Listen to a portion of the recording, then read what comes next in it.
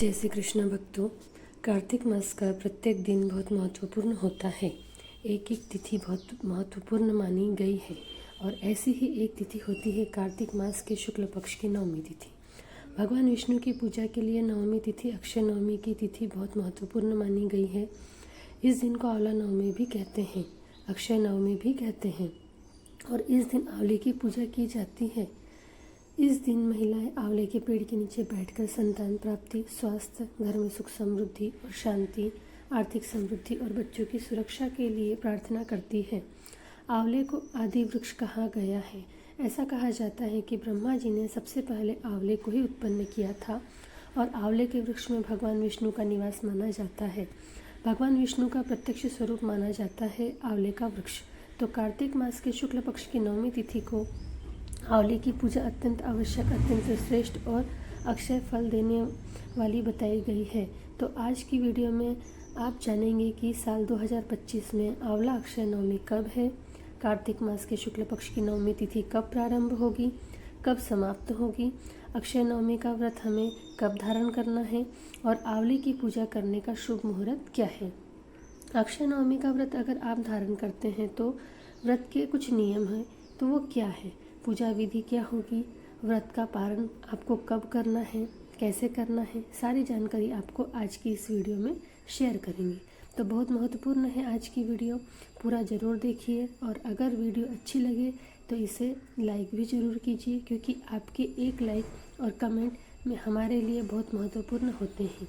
यह एकमात्र जरिया है जिनसे हमें पता चलता है कि आपको यह वीडियो अच्छी लगती है और आपके लिए यह वीडियो उपयोगी है।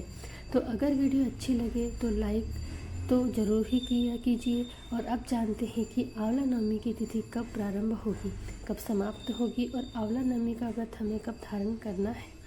देखिए, कार्तिक मास के शुक्ल पक्ष की नवमी तिथि का प्रारंभ हो रहा है 30 अक्टूबर को सुबह 10:06 पर और नवमी तिथि का समापन 31 अक्टूबर को प्रातः का 10:03 पर होगा। तो ऐसे में सूर्योदय कालीन तिथि के अनुसार अगर देखें तो 31 अक्टूबर को यानी कि शुक्रवार के दिन आंवला नवमी मनाई जाएगी। तो अगर आप आंवला नवमी का व्रत धारण कर रहे हैं तो 31 अक्टूबर 2025 को शुक्रवार के दिन आंवला नवमी का व्रत धारण करना है। आंवला नवमी के दिन भगवान विष्णु ने कुष्मांडक नामक राक्षस का वध किया था। यह भी माना जाता है कि भगवान कृष्ण ने आंवला नवमी के दिन कंस का वध करने से पहले 3 वनों की परिक्रमा की थी। इसलिए अक्षय नवमी के दिन मथुरा वृंदावन की परिक्रमा की जाती है। कहा जाता है कि इस दिन जो भी व्यक्ति मथुरा वृंदावन की परिक्रमा करते हैं उन्हें वैकुंठ लोक की प्राप्ति होती है, भगवान श्री हरि विष्णु के लोक की प्राप्ति होती है।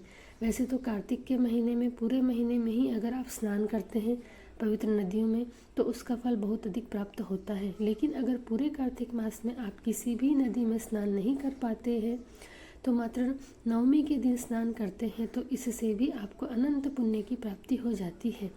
इस दिन आंवले के वृक्ष के नीचे भोजन पकाना, किसी ब्राह्मण को भोजन कराना और फिर स्वयं आंवले के वृक्ष के नीचे बैठकर ही भोजन करना, इससे अनंत गुना पुण्य फल की प्राप्ति होती है।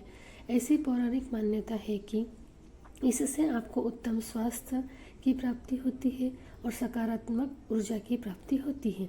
श्री हरि विष्णु और माता लक्ष्मी की विशेष कृपा के पात्र आप बन जाते हैं। अगर आप आंवले के नीचे ब्राह्मण को भोजन करवाते हैं, किसी भी प्रकार की आपकी मनोकामना हो, चाहे संतान प्राप्ति की हो, चाहे धन प्राप्ति की हो या फिर अनंत गुना पुण्य फल की प्राप्ति की कामना हो, निश्चित ही भगवान श्री हरि विष्णु की कृपा से पूर्ण होती है। आंवला नवमी देव उठनी एकादशी से 2 दिन पहले मनाया जाता है। ऐसा माना जाता है कि अक्षय नवमी के दिन ही सतयुग की शुरुआत हुई थी। तो अक्षय नवमी को युगादि तिथि माना जाता है और सच्चे मन से श्रद्धा भाव से भगवान श्री हरि विष्णु की आराधना की जाती है। बात करें पूजा विधि के बारे में तो देखिए, वैसे तो प्रत्येक मनुष्य आंवले की पूजा कर सकते हैं, लेकिन विशेष रूप से महिलाओं को आंवले की पूजा अवश्य करनी चाहिए। तो आंवला नवमी के दिन प्रातःकाल जल्दी उठ जाइए, उठकर स्नान कर लीजिए और साफ स्वच्छ वस्त्र धारण करके आंवले के वृक्ष के पास जाकर विधि विधान से उसकी पूजा कीजिए। इससे पहले पूजा करने से पहले वृक्ष के नीचे अच्छे से साफ सफाई कर लीजिए। इसके बाद आंवले के पेड़ के नीचे पूर्व दिशा में खड़े होकर जल और दूध चढ़ाएं। आप चाहे तो आसन बिछाकर बैठ भी सकते हैं। विधि विधान से पूजा कर सकते हैं। अगर इतना स्थान ना मिले तो खड़े होकर भी आप पूजा कर सकते हैं। धूप दीप अर्पित करके विधि विधान से पूजा कर सकते हैं। पूजा पूर्ण करने के बाद आंवले के वृक्ष की आरती कर लीजिए। भगवान श्री हरि विष्णु और माता लक्ष्मी की आराधना करते हुए आप चाहे तो श्री सूक्त का पाठ वहाँ पर कर सकते हैं या फिर विष्णु सहस्त्र नाम का पाठ भी कर सकते हैं। आपके पास इतना समय ना हो या फिर इतनी जगह ना हो कि बैठकर आप पूजा कर पाए तो ऐसे में ओम नमो भगवते वासुदेवाय नमः इस मंत्र का जाप करते हुए पूजा कर सकते हैं। ओम महालक्ष्मी नमः इस मंत्र का जाप भी कर सकते हैं। 31 अक्टूबर 2025 शुक्रवार को आंवला नवमी अक्षय नवमी का पावन पर्व मनाया जाएगा और इस दिन सूर्योदय काल का समय होगा सुबह 6:32 पर और सूर्यास्त का समय है शाम को 5:36 पर।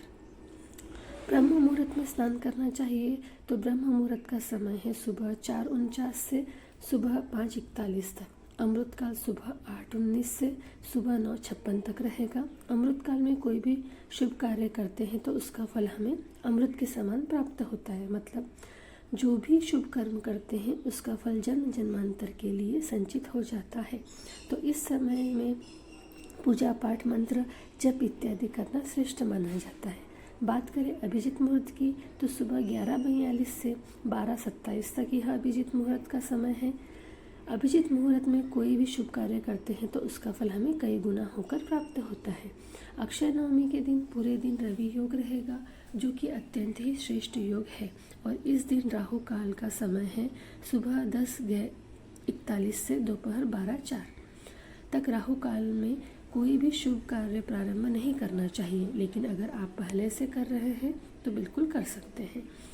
अब बात करें कि आंवला नवमी के दिन आंवले के वृक्ष के पूजन का शुभ मुहूर्त क्या है तो देखिए सुबह से जैसे सूर्योदय काल से लेकर और जब तक नवमी तिथि है तब तक आप पूजा कर सकते हैं। जैसे कि सुबह 6:32 से सुबह 10:03 तक आंवले के वृक्ष का पूजन आप कर सकते हैं और जैसे कि शाम के समय भोजन बनाते हैं आंवले के वृक्ष के नीचे तो शाम को भोजन बना सकते हैं। मतलब नवमी तिथि सूर्योदय काल में अगर होती है तो पूरे दिन और रात्रि इसी तिथि का मान आपको प्राप्त होता है। इसलिए अगर आप शाम को भोजन बनाते हैं आंवले के नीचे तो मन में किसी भी प्रकार का संशय नहीं रखना है। विधि विधान से सुबह पूजा कर लीजिए और शाम के समय आंवले के वृक्ष के नीचे भोजन भी बना सकते हैं। ठीक है, इस बार आंवला नवमी और शुक्रवार का जो दुर्लभ संयोग आपको प्राप्त हो रहा है यह अत्यंत ही श्रेष्ठ है। अगर आप में से कोई भी भक्त जो कि वैभव लक्ष्मी का व्रत शुरू करना चाहते हैं तो इस बार आंवला नवमी से व्रत का प्रारंभ कीजिए।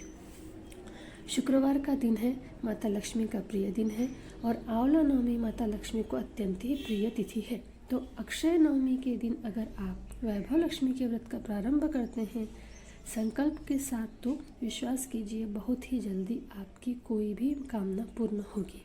किसी भी कामना से, चाहे धन प्राप्ति की कामना हो, संतान प्राप्ति की कामना हो, दाम्पत्य जीवन को सुखमय बनाना चाहते हो या फिर विवाह की कामना या मनोकामना जो भी हो, संकल्प के साथ व्रत का प्रारंभ कीजिए और विश्वास कीजिए माता लक्ष्मी की आराधना करने मात्र से आपके जीवन की समस्त प्रकार की समस्याओं का समाधान हो जाएगा। तो यह जो दुर्लभ संयोग आपको प्राप्त हो रहा है इसका लाभ उठाइए और अगर आर्थिक तंगी से परेशान हैं तो वैभव लक्ष्मी का व्रत का प्रारंभ कीजिए इसी शुक्रवार से आंवला नवमी के दिन से।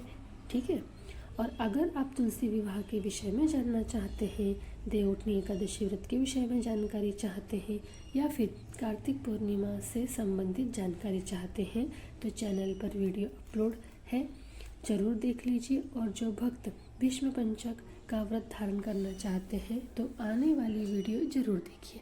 किस प्रकार से भीष्म पंचक का व्रत हमें धारण करना है, पूजन करना है, स्नान करना है, दान करना है, ये सारी जानकारी आपको आने वाली वीडियो में मिल जाएगी। तो आने वाली वीडियो ज़रूर देखिए। आज का वीडियो कैसा लगा कमेंट बॉक्स में ज़रूर बताइए। वीडियो अच्छी लगी हो तो लाइक कीजिएगा, संभव हो तो वीडियो को शेयर भी कीजिएगा और चैनल पर पहली बार अगर आए हैं तो अपने चैनल को सब्सक्राइब नहीं अगर किया है तो आज की वीडियो आपको अच्छी लगे तो चैनल को सब्सक्राइब करके बेल आइकन को ज़रूर प्रेस कर लीजिए। तो इससे यह होगा कि इस चैनल पर जो नई वीडियो अपलोड होगी उनकी नोटिफिकेशन आपको सही समय पर प्राप्त होगी। मिलते हैं आपसे अगली वीडियो में, तब तक के लिए जय श्री राधे, जय श्री कृष्ण।